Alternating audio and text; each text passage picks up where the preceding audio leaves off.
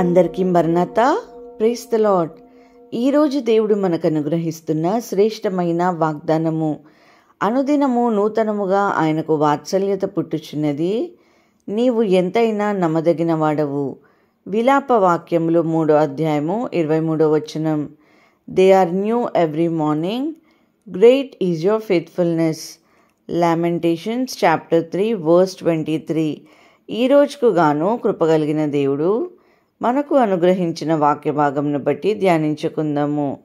ప్రభునందు ప్రియమైన సహోదరి సహోదరులారా, మన దేవుడు నమ్మదగినవాడండి. ఆయనపై మనం పెట్టుకున్న నమ్మకాన్ని ఆయన ఎప్పుడూ కూడా వ్యర్థపరచడు. ఈ లోకము మనల్ని మోసం చేస్తుందేమో, నమ్మక ద్రోహం చేస్తుందేమో, కానీ దేవుడు మాత్రం ఎన్నటికీ అలా చేయడు.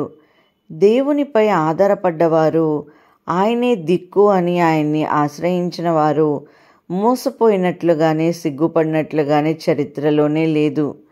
ఆయన అద్భుత కార్యాలు అసాధారణంగా ఉండేవి. ఆయనకు కాలంలో పని లేదు, నీవు ఉంటున్న ప్రాంతంలో పని లేదు, నీవున్న శారీరక బలహీనతలతో ఆయనకు సంబంధమే లేదు. ఆయన చెయ్యాలి అనుకుంటే చేసేస్తాడండి. అబ్రహాముకు శారాకు పిల్లలు లేరు.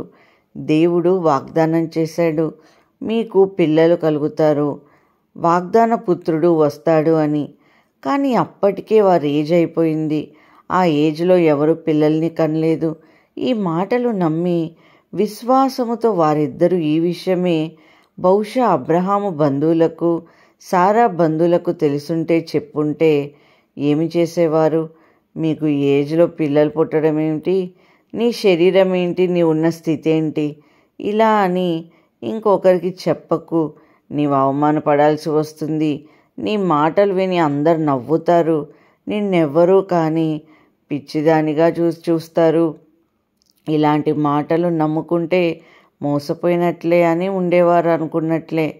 అయినా కానీ ఆ మాట లెక్క చేయకుండా దేవుడు చెప్పినట్లే విశ్వాసంతో జీవించారు. నమ్మకమైన దేవుడు వారి నమ్మకాన్ని వృధా చేయలేదు.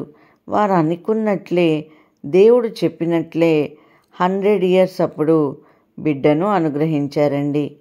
బహుశా నీవు కూడా ఈ రోజున నీవున్న అసాధారణమైన పరిస్థితులు లెక్క చేయకుండా దేవుడిని నమ్ముతున్నావేమో. నీకున్న అనారోగ్యము తగ్గదని ఈ లోకం చెబుతున్న, డాక్టర్ చెప్తున్నా, నీవు నా యేసయ్య నన్ను స్వస్థపరుస్తాడని నమ్ముతున్నావేమో. నీ కుటుంబంలో ఉన్న సమస్యలు ఇప్పట్లో తొలగిపోయేవి కావు అని నీ కంటితో నీవు చూస్తున్నా అవి లెక్క చేయకుండా దేవునిపై ఆధారపడ్డావేమో. నీ ఆర్థిక పరిస్థితులు ఏమీ బాగోలేక నా యేసయ్య నన్ను మంచి స్థితిలో, మంచి స్థానంలో నిలబెడతాడని నీ విశ్వాసముతో ముందుకు సాగుతున్నావేమో. నీ పైన వస్తున్న నిందలను, అవమానాలను, అవహేళనను, దూషణలను పట్టించుకోకుండా నా దేవుడు నా కొండగా, నాకు ఏమీ కాదు, నన్నెవ్వరు ఏమీ చేయలేరు అని ధైర్యం కలిగి ఉన్నావేమో. నీ ధైర్యాన్ని చూసి, నీ విశ్వాసాన్ని చూసి, నీ నమ్మకాన్ని చూసి అన్యులు, బంధువులు, శత్రువులు నవ్వుతుండొచ్చు, పిచ్చిదానా అని అనుకుంటుండొచ్చు. లోకానికి వ్యతిరేకము, మా మాట వినడు అని మాట్లాడుతున్నారేమో. అయినా సరే నీవు మాత్రం పట్టించుకోకు. మన దేవుడు నమ్మదగిన దేవుడు. ఈ నమ్మకాన్ని ఆయన ఒమ్ము చేయడు. నీవు అనుకున్న కార్యాలను ఆయన ఏది ఏమైనా, ఎంతమంది అడ్డొచ్చినా, ఎన్ని శక్తులు ఆపినా దానిని జరిగించి తీరుతాడు. ఎందుకంటే ఆయన ఒక్క రోజుతో ఆశీర్వదించి వెళ్ళిపోయేవాడు కాదండి.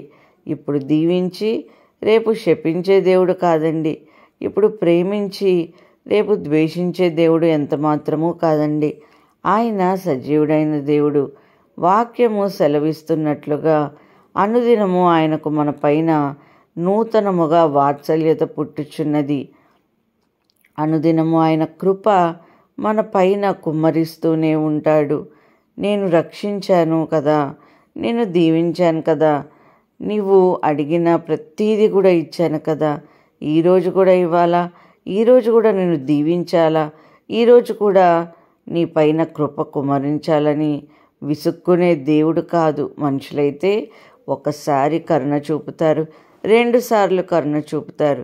తల్లిదండ్రులైతే మనల్ని బాగా ఇష్టపడి వారైతే వారిలో ఓపిక నశించేంత వరకు సహకరిస్తారు, సహిస్తారు, మనల్ని పోషిస్తారు. కానీ ఓపిక నశిస్తే మాత్రము కాదు పొమ్మంటారు. ఎన్నాళ్ళు సహించాలి, ఎన్నాళ్ళు పోషించాలి, ఎన్నాళ్ళు ఆదుకోవాలి, ఎన్నిసార్లు చెప్పాలి అని అంటున్నారు కదండి. కానీ మన దేవుడు మనల్ని అలా అనరు.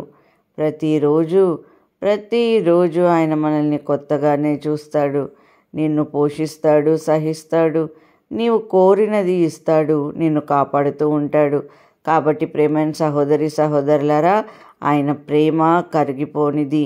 కాబట్టి ఈ మాటలన్నీ గ్రహించి దేవుడు విసుక్కోడు గనుక, ప్రతిరోజు నూతనంగా వాత్సల్యత పుట్టుచున్నది గనుక నీవు అనుకున్న కార్యములన్నీ జరిగిస్తాడు. దేవుడి మాటలను దీవించునుగాక. మహాపరిశుద్ర ఘనమైన తండ్రి యేసయ్యా మీకు స్తోత్రములు ప్రభా. ఈ యొక్క వీక్లో ప్రభా ఫస్ట్ డేలో అడుగుపెట్టి ఉన్నాం తండ్రి. ఈ రోజంతా మా ముందు నడిపించండి. మేము చేయాలనుకున్న ప్రతి కార్యంలో మీరు తోడుగుండండి. ఈ ప్రేయర్లో ఏకీభవిస్తున్న ప్రతి ఒక్కరి ప్రేయర్ రిక్వెస్ట్లు నా ప్రభా తండ్రి ఆదరించి, వారందరినీ ఆదరించి ప్రార్థనకు నెరవేర్పు దయచేయమని యేసు నామంలో అడిగి వేడుకొంచున్నాము తండ్రి. ఆమేన్. అందరికీ మరణత.